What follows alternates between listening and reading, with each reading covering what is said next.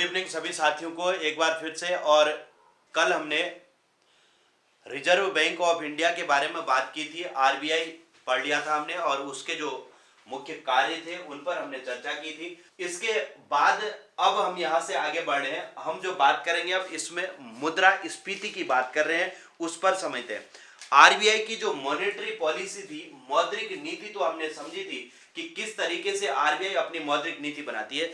अब उस मौद्रिक नीति को बनाया किस चीज के लिए जाता है, उसका मुख्य कारण है कि अर्थव्यवस्था में न तो मुद्रास्फीति की स्थिति हो और न ही मुद्रा अस्फीति की स्थिति हो। मतलब न तो इन्फ्लेशन की स्थिति हो और न ही डिफ्लेशन की स्थिति हो। इन्फ्लेशन भी नहीं होना चाहिए और डिफ्लेशन भी नहीं होना चाहिए। न तो मुद्रास्फीति होनी चाहिए न मुद्रा संकुचन। मतलब एक स्तर जो है वहां पर मीडियम स्तर जो है बना रहना चाहिए। देखो ये एक चक्र होता है, इसमें जो ऊपरी चक्र है यहाँ पर ये मुद्रास्फीति का है, मुद्रास्फीति को दिखाता है, और ये मुद्रा संकुचन को दिखाता है, मुद्रा संकुचन की स्थिति है, संकुचन। ये दोनों ही स्थितियां, न तो मुद्रास्फीति अच्छी है न ही मुद्रा संकुचन है, ये सामान्य स्थिति यहाँ पर होनी जरूरी है। ठीक है, तो ये चक्र इस तरीके से चलता रहता है, ये ऐसे घूमता रहेगा, ये इस तरीके से, ये यहां से यहां स्थिति आएगी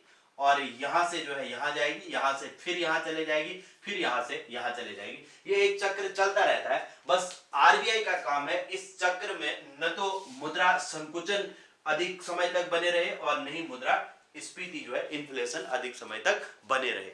अब इसमें आप हेडिंग लिख लेंगे मुद्रास्फीति। इसको हम यहाँ पर थोड़ा सा समझ लेते हैं और फिर इसको हम फिनिश करते हैं, मुद्रास्फीति। अब देखो, मुद्रास्फीति का मतलब ही यह है कि अर्थव्यवस्था की एक ऐसी स्थिति जहां वस्तुओं व सेवाओं के मूल्य बहुत अधिक बढ़ जाते हैं, उसे स्फीति कहते हैं। उसका कारण क्या होता है, इसे मुद्रा प्रसार भी कहते हैं। मुद्रास्फीति या मुद्रा प्रसार कहते हैं। स्फीति का मतलब क्या है, प्रसार होना। ठीक है, तो अर्थव्यवस्था की ऐसी स्थिति, अर्थव्यवस्था की वह स्थिति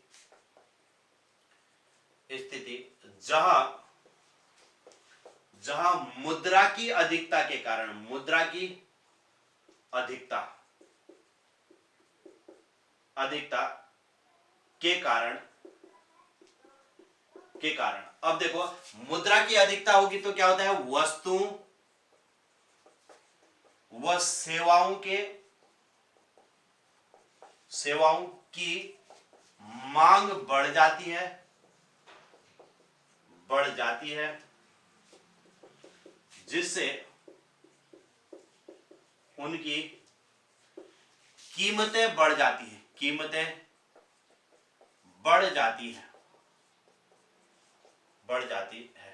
ठीक है। यहां पर क्या हो रहा है, देखो, सबसे पहली चीज मुद्रा की क्या हो रही है, अधिकता।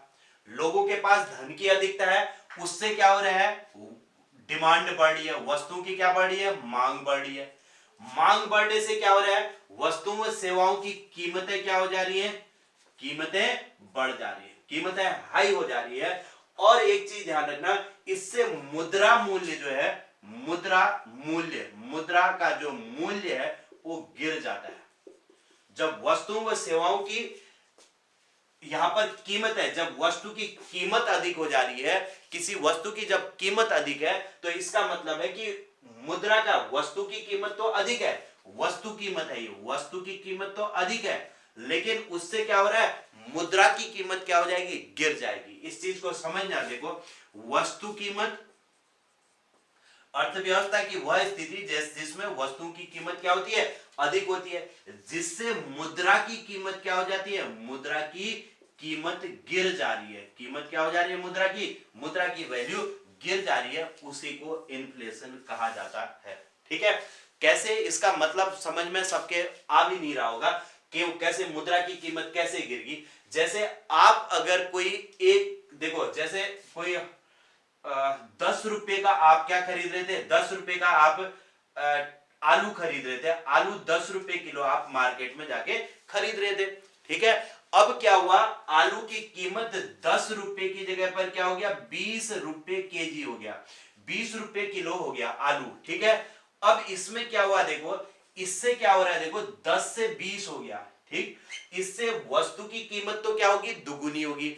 लेकिन अब देखो 10 रुपए में जहां 1 किलो आ रहा था, आलू कितना आ रहा था, 1 केजी, यहां भी कितना आ रहा है, 1 केजी। अब पहले हमें 10 रुपए में 1 केजी मिल जा रहा था, अब हमें 1 केजी के लिए कितने देने पड़ रहे, 20 देने पड़ रहे। इसका मतलब हमारे जो आलू है, आलू की कीमत तो, वस्तु की कीमत तो क्या होगी, बढ़ गई, लेकिन हमारे पैसे की कीमत तो गिर गई ना। पहले हमें 10 रुपए में 1 किलो मिल रहा था, अब हमें 20 रुपए देने पड़ रहे, 10 में आधा ही मिल रहा है हमें। इसका मतलब हमारे पैसे की वैल्यू गिर गई ना, पैसे की वैल्यू तो गिर गई, लेकिन वस्तु की कीमत क्या होगी, यहां पर बढ़ गई, ठीक है। तो जब वस्तु की कीमत बढ़ती है तो मुद्रा की कीमत क्या होती है, गिरती है। जब वस्तु की कीमत कम होती है तो मुद्रा की पावर क्या हो जाती है, बढ़ जाती है। मुद्रा की खरीदने की पावर जो है, परचेजिंग पावर जिसे कहते हैं, वो यहां पर क्या हो रही है, गिर रही है। 10 रुपए में पहले 1 किलो मिला था, अब हमें आधा ही किलो मिला है। इसका मतलब हमारे पैसे की वैल्यू क्या होगी है, गिर गई है, ठीक है। तो इसको समझेंगे, वस्तु की कीमत बढ़ी लेकिन पैसे की वैल्यू क्या होगी, गिर गई, तो इसे मुद्रास्फीति कहते हैं। और इसमें यह भी कह सकते हो कि अर्थव्यवस्था की वह स्थिति जब जब कीमत स्तर में लगातार वृद्धि होते जाती है तो उसे मुद्रास्फीति कहा जाता है। यह भी इसके लिए आप लिख सकते हो, यह समझ आ गया होगा। अथवा लिख लो, अथवा अर्थव्यवस्था की वह स्थिति, अर्थव्यवस्था की वह स्थिति जब कीमत स्तर में वृद्धि होती है, स्तर में वृद्धि हो जाती है, वृद्धि हो जाती है, उसे मुद्रास्फीति कहते हैं। मुद्रास्फीति का मतलब है कि कीमत में नहीं बल्कि कीमत के स्तर में, कीमत में तो वृद्धि हो ही रही है। पिछले साल जैसे मार्च की बात करें, पिछले साल मार्च में जो कीमत थी उसकी अपेक्षा इस साल मार्च में कितनी कीमत में वृद्धि होगी उसे हम इन्फ्लेशन कह रहे हैं। कीमत के स्तर में कितनी वृद्धि हुई, वृद्धि तो पिछले साल भी पिछले साल की अपेक्षा हुई होगी। 2023 में अगर हम बात कर रहे हैं तो 2022 में भी 21 की अपेक्षा वृद्धि हुई होगी।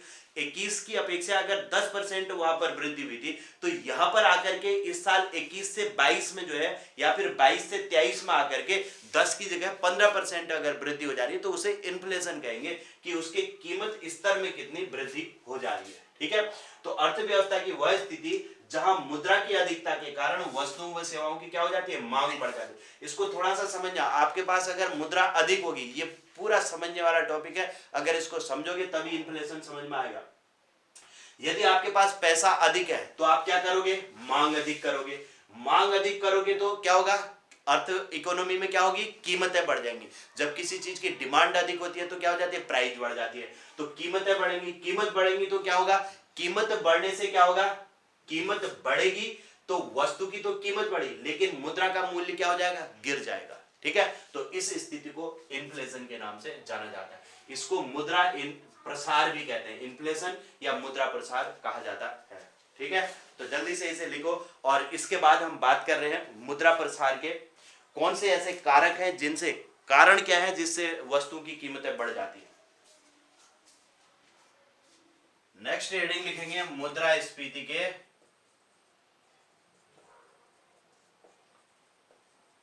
कारण।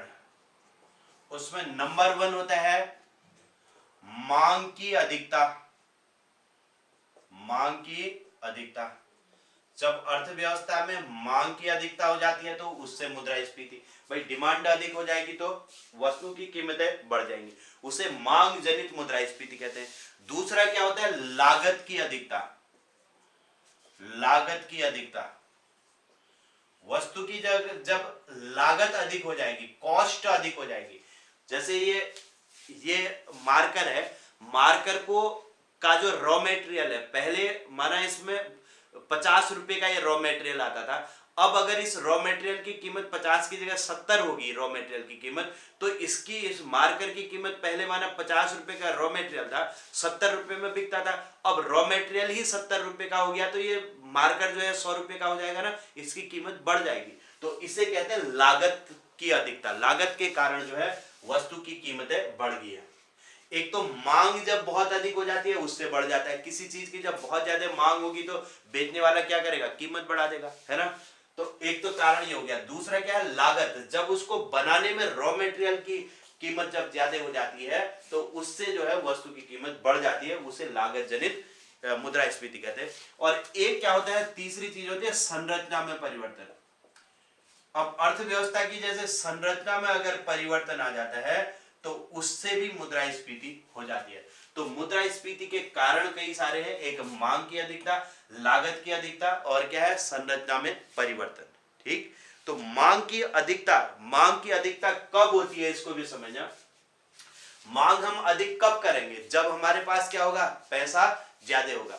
जब अर्थव्यवस्था में धन की अधिकता होगी तो लोग मांग अधिक करेंगे। ठीक है, एक कारण तो ये हो गया। दूसरा, लागत की अधिकता कब होगी, लागत तब ज्यादा होगी जब जैसे किसी चीज में हमारा पेट्रोलियम पदार्थों के रेट बढ़ जाते हैं, पेट्रोल डीजल की कीमत बढ़ जाती है, तो उसकी कीमत बढ़ेगी तो फिर चीजों को इधर उधर ट्रांसपोर्टेशन चार्ज अलग से पड़ जाएगा ना, तो उस वस्तु की जो है कॉस्ट बढ़ जाती है। ठीक है, और अगर टैक्स अधिक पड़ रहा है, सरकार अगर टैक्स अधिक ले रही है तो जो कंपनी प्रोडक्शन कर रही है वो क्या करेगी, अपने वस्तुओं में उस टैक्स को जोड़ देगी, उससे उनकी लागत बढ़ जाएगी। अब मांग हमने कहा कब होगी, जब इकोनॉमी में धन की अधिकता है, जब धन की अधिकता है तो मांग अधिक होगी। अब धन कहां से आएगा, धन जैसे सरकार ने नए नोट ज्यादा जारी कर दे, ज्यादा जारी किए तो क्या होगा, अर्थव्यवस्था में नए नोट आ जाएंगे, उससे वहां पर मांग की अधिकता हो जाएगी। और मांग कैसे अधिक होगी, मांग अधिक होने के कुछ और भी कारण होते हैं, जैसे नए नोट आए, साथ में क्या किया सरकार ने, घाटे का बजट बना दिया। घाटे का बजट जब बनाती है सरकार तो उस घाटे की बजट की पूर्ति के लिए क्या कर देती है, उसके लिए भी नए नोटों को जारी करती है, तो उससे भी लोगों की डिमांड अधिक बढ़ जाती है। ठीक है, तो इसके अलावा एक उदार ऋण नीति, कल मैंने बताया था, सरकार जब अपनी ऋण नीति को उदार कर देती है तो उससे क्या होता है, लोन सस्ते हो जाते हैं, तो लोग लोन लेने लगेंगे, उससे फिर डिमांड बढ़ जाती है। तो मांग की अधिकता के कई सारे कारण हो सकते हैं कि जब पैसा अधिक है तो लोग मांग अधिक करेंगे। लागत की अधिकता, जब चीजों को बनाने में अधिक लागत लग रही है तो उसे लागत की अधिकता कहते हैं। संरचना में परिवर्तन, अब जैसे इकोनॉमी के स्ट्रक्चर में परिवर्तन हो गया, जैसे आप अभी वहां यूक्रेन की हम बात करें ना, रशिया यूक्रेन, माना युद्ध की स्थिति हो जाती है किन्हीं दो देशों के बीच, जब भारत पाकिस्तान युद्ध हो जाए तो उस समय पे क्या होगा, महंगाई बढ़ जाएगी। क्यों, क्योंकि लोग उस समय क्या करेंगे, अधिक से अधिक स्टॉक रखने का प्रयास करें। तो इकोनॉमी की संरचना में जब परिवर्तन हो जाता है तो उससे भी क्या हो जाता है, महंगाई बढ़ जाती है। ठीक है, और ये इसके कारण होते हैं। जैसे कभी बाढ़ आ जाए, बाढ़ आ जाती है तो क्या होता है, उससे वहां पर डिमांड बढ़ जाती है, महंगाई हो जाती है चीजों की। ठीक है, सूखा पड़ जाए तो क्या होगा, वहां पर मांग अधिक होगी, मांग अधिक होगी तो फिर उससे या फिर उत्पादन भी कम होगा, उससे चीजें क्या हो जाती है, महंगी हो जाती है। तो इसे कहते हैं मुद्रास्फीति के कारण। मुख्य रूप से आप मुद्रास्फीति के तीन कारणों को याद रखो, बहुत गहराई में जाएंगे तो फिर उसमें और भी कई सारी बातें आ जाती हैं, लेकिन आप इतना याद रखना, मुद्रास्फीति का कारण मतलब क्या है, अर्थव्यवस्था की ऐसी स्थिति जब वस्तुओं की कीमतें बहुत हाई हो जाती है, बढ़ जाती है, उसे मुद्रास्फीति कहते हैं। सिंपल शब्दों में समझ लेना। ठीक है, आपको और गहराई में बहुत ज्यादा जाने की जरूरत नहीं है, उसमें कई सारी बातें आ जाएंगी। आप मुद्रास्फीति का सीधा सा मतलब समझो, जब बाजार में महंगाई हो जाती है तो उसे मुद्रास्फीति कहते हैं। और फिर हमने कहा कि मुद्रास्फीति के कारण क्या है, महंगाई क्यों होती है, महंगाई का कारण है डिमांड की अधिकता, जब लोग मांग अधिक करते हैं तो महंगाई हो जाती है। दूसरा क्या है, लागत की अधिकता। दो तरीके की मुख्य रूप से स्थिति होती है, मांग जनित और लागत जनित। ठीक है, इन दो ही चीजों को भी समझो तो काम बन गया हमारा। इतने शब्द सबकी समझ में आ रहे हैं क्या। मुद्रास्फीति का मतलब क्या है कि अर्थव्यवस्था की ऐसी स्थिति जब बाजार में महंगाई हो जाती है तो उसे मुद्रास्फीति कहते हैं।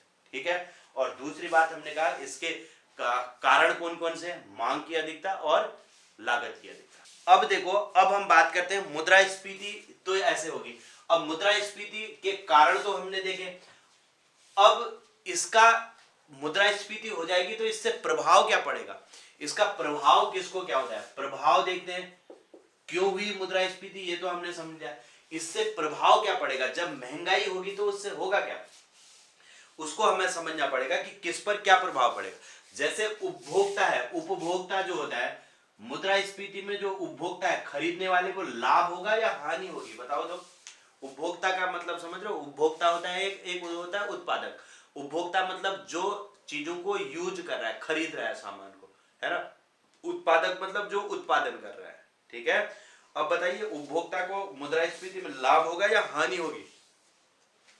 जो वस्तुओं को खरीदने जा रहा है मार्केट में, उसको लाभ होगा या हानि होगी? कस्टमर कह लो, है ना, और सरल शब्दों में मुद्रास्फीति में लाभ होगा उपभोक्ता को या हानि होगी? बिल्कुल, है ना। जब हम मार्केट में जाएंगे तो हमें महंगी चीजें मिलेंगी, इसका मतलब इसका प्रभाव क्या होता है? उपभोक्ताओं को इससे हानि होती है। जो उत्पादक होता है, उत्पादक को लाभ होगा या हानि होगी मुद्रास्फीति में? अब बताओ तो, उत्पादक को लाभ होगा या हानि होगी? उत्पादक मतलब जो प्रोडक्शन करने वाला है उसको लाभ होगा या हानि होगी? बताइए। बिल्कुल, ये है ना। अब चीजें क्लियर होगी कि भाई जो उत्पादक होता है उसको लाभ होता है, क्वेश्चन यहीं से पूछा जाता है, ठीक है। उत्पादन करने वाले को लाभ होगा क्योंकि उसकी चीजें क्या हो रही है उस समय पर, महंगी बिक रही है, ठीक है। अब देखो एक चीज समझना जो सबसे ज्यादा क्वेश्चन में पूछा जाता है, ऋणी। ऋणी मतलब ऋण देने वाला जो होता है उसे, ऋणी मतलब जिसने ऋण ले रखा है उसे होता है लाभ। जबकि जो ऋणदाता होता है ना, ऋणदाता जिसने ऋण दिया था, ऋणदाता को हानि होती है, हानि हो जाती है ऋणदाता को, क्योंकि उसके पैसे की, मुद्रा की कीमत इस समय पर क्या हो जाती है, गिर जाती है। मैंने क्या कहा, वस्तुओं की कीमतें तो बढ़ जाती है लेकिन मुद्रा की कीमत क्या हो जाती है, गिर जाती है। आयात, आयात जो होते हैं विदेशों से जो आयात होते हैं इस समय पर, इंपोर्ट जिसे कहते हैं, इंपोर्ट अधिक होंगे या कम होंगे? अब बताओ तो मुझे, आयात अधिक होते होंगे या कम होते होंगे? ये छोटे छोटे टर्म्स हैं, इनको समझना पड़ेगा। आयात में वृद्धि होगी या कमी होगी? अब देखो अर्थव्यवस्था में हमने कहा कि मांग बहुत अधिक होती है ना, लोगों के पास पैसा अधिक होता है, धन अधिक होता है, मांग अधिक होने से महंगाई होती है ना। तो ऐसे में क्या होता है, सरकार को आयात बाहर से करना पड़ता है, समझ आ गया। तो आयात ऐसे में क्या हो जाती है, वृद्धि हो जाती है। निर्यात में कमी हो जाएगी क्योंकि अपने ही देश के लोगों की जो डिमांड है वो हम पूरी नहीं कर पा रहे हैं, तो हम बाहर क्या निर्यात करेंगे ऐसे? तो निर्यात इस समय पर नहीं किए जाते, निर्यातों में कमी हो जाती है, ठीक है। रोजगार में क्या होगा बताओ तो, रोजगार इस समय बढ़ेगा या घटेगा? इन्फ्लेशन में रोजगार बढ़ेगा या घटेगा, ये बताओ। मुद्रास्फीति के दौरान रोजगार बढ़ेगा या घटेगा? क्वेश्चन इन्हीं में से बनते हैं जो यहां पर क्वेश्चन पूछे जाते हैं। रोजगार क्या होगा? बिल्कुल रोजगार बढ़ेगा।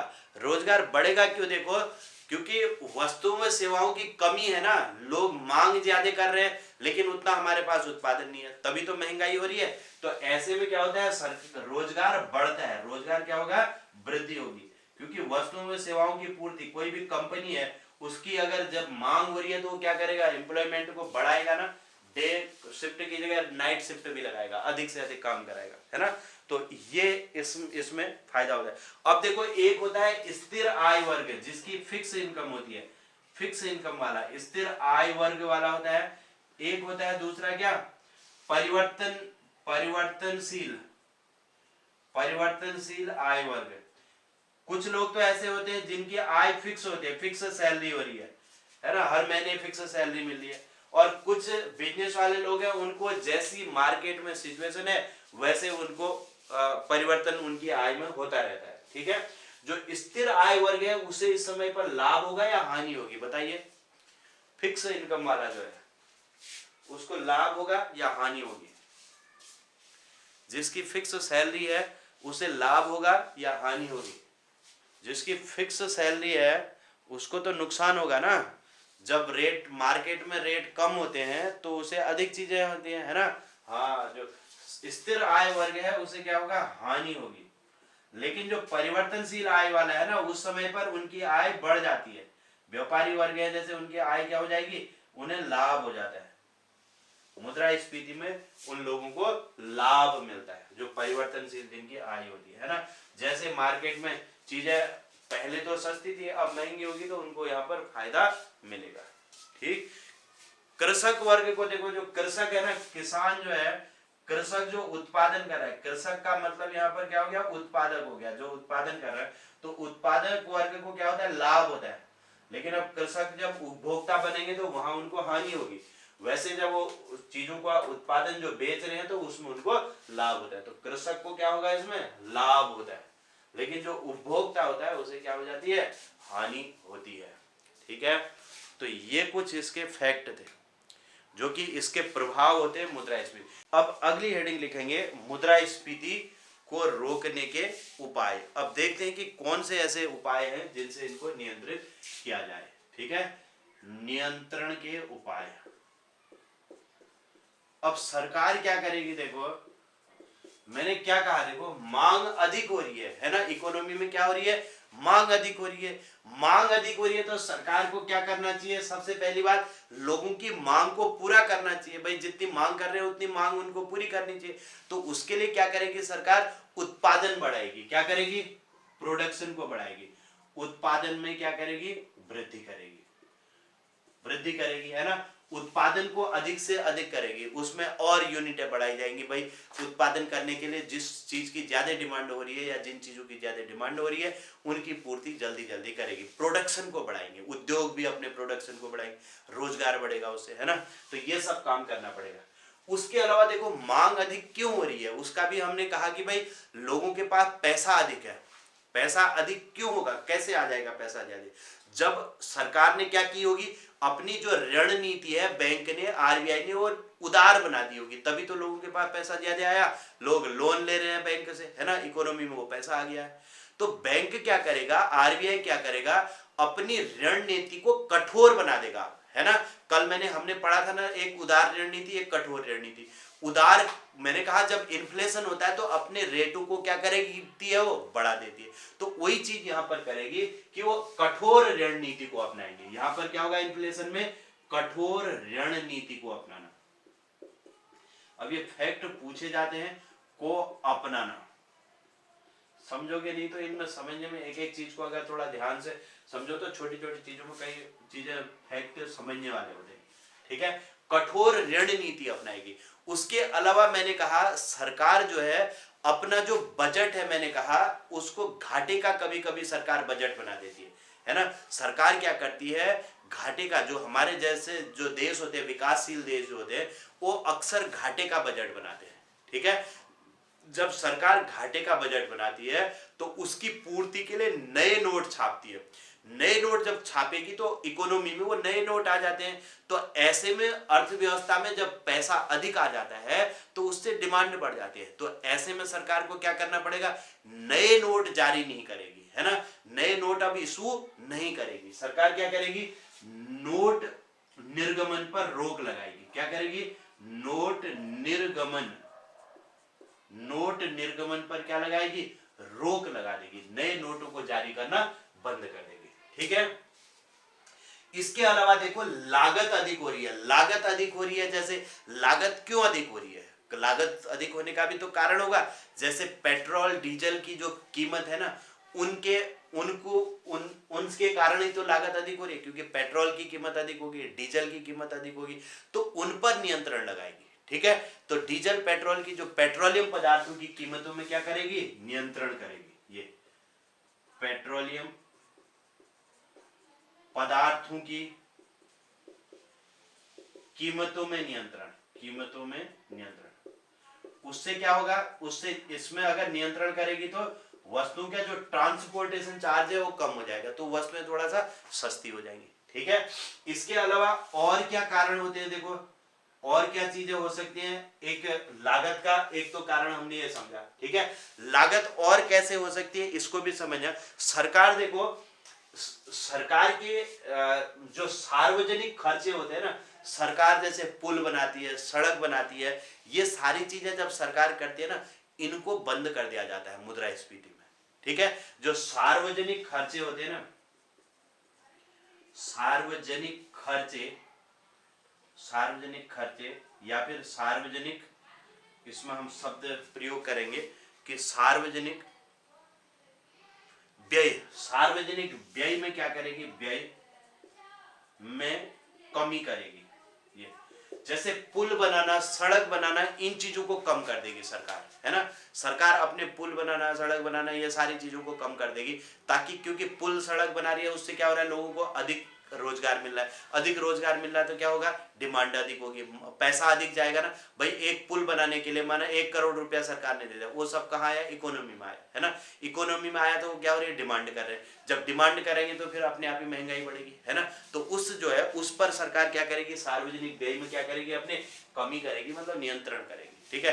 पुल सड़क ये सब बनाना उस टाइम पे जो सार्वजनिक चीजें होती है, सरकार जो जिन पर खर्चा करती है उन चीजों को रोक लगा देती है, ठीक। तो ये सारे इसके नियंत्रण के उपाय होते हैं, इस तरीके से इन चीजों पर उपाय। और बचतों को प्रोत्साहन दिया जाता है, हाँ? लोगों को बचतों को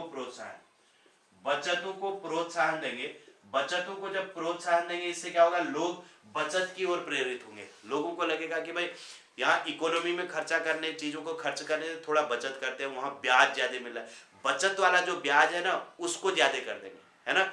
जबकि जो लोन ले रहे थे, लोन के रेट अब उनको उन पर भी रेटों को क्या कर देंगे, लोन बहुत महंगे कर देंगे। जबकि बचत जो है, बचत करोगे तो वहां पर ब्याज दर बढ़ा देंगे। तो इसीलिए जो है बचत के लिए लोग प्रोत्साहित होंगे, तो अपना पैसा जो है बचत करने में लगाएंगे, ज्यादा खर्च नहीं करेंगे, ठीक है। तो ये नियंत्रण के उपाय हैं, इन्फ्लेशन को रोकने के ये उपाय होते हैं कि कैसे इन्फ्लेशन को रोका जाए, ठीक है।